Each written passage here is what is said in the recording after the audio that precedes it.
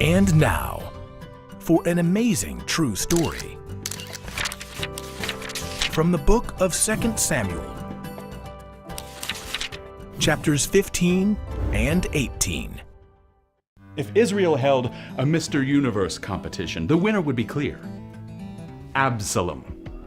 Everyone agreed he was the handsomest man in Israel, flawless, from the soles of his feet to the top of his head. Well, if you say so. And speaking of the top of his head, Absalom's hair was so amazing. He only cut it once a year. I wish my hair looked like that. What's your secret? I only use all natural products, ma'am. And I brush it 127 times a day. Absalom got so used to the compliments and praise, he started to believe that life should hold better things for him. In fact, he decided he should be king. It's time to put a real man on the throne. Israel already had a king, Absalom's father, King David. But Absalom didn't think his dad was doing such a good job. In fact, he was downright angry at King David. Hey, listen, give me a crown and I'll do way better than him. Besides, everybody loves me.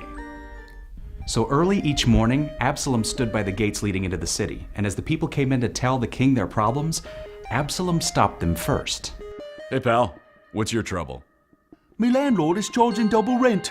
I'll have to kill me pet goat to pay me bills. Absalom put his hand on the man's shoulder and nodded. That's a big problem. But I'm afraid the king can't help you. What'll I do? Gee, I don't know. What will you do? It looks like you're all out of luck. Now, if I were king, I could help you, but I'm not. So, oh well. This happened with every person who approached the city gates to speak to King David. I'm sorry that all your money was stolen, but the king's real busy right now, and he can't help you. Now, if I were king... Absalom even started pretending to be king. He ordered himself a fine chariot. Paint it gold. But only the king's chariot is gold. Exactly. At last, Absalom decided he was so popular that it didn't matter whether or not David was king. He would declare himself king anyway. He hopped into his brand new chariot and traveled to the town of Hebron. Hello, fellow Israelites. I am your new ruler. 3 cheers for Absalom! Hooray for the new king! So Absalom gathered a large following. When King David heard the news, he was very sad and afraid. "We must leave Jerusalem now, or my son Absalom will come with his army and take the city." King David fled to Jerusalem and formed his own army to protect himself. Now Absalom knew that he could never truly be king of the whole land until he went to war with his father and defeated him. So the two sides prepared for battle in the midst of a large, dark forest. Absalom and his men are attacking, sire. What are your orders? "We must fight!" "Yes, sire.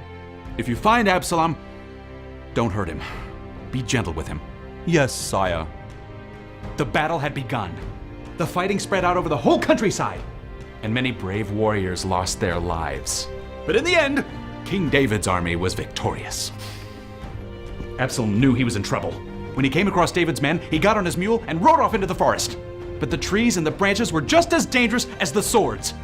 When Absalom rode under a low branch, his thick, beautiful hair that he loved so much got caught.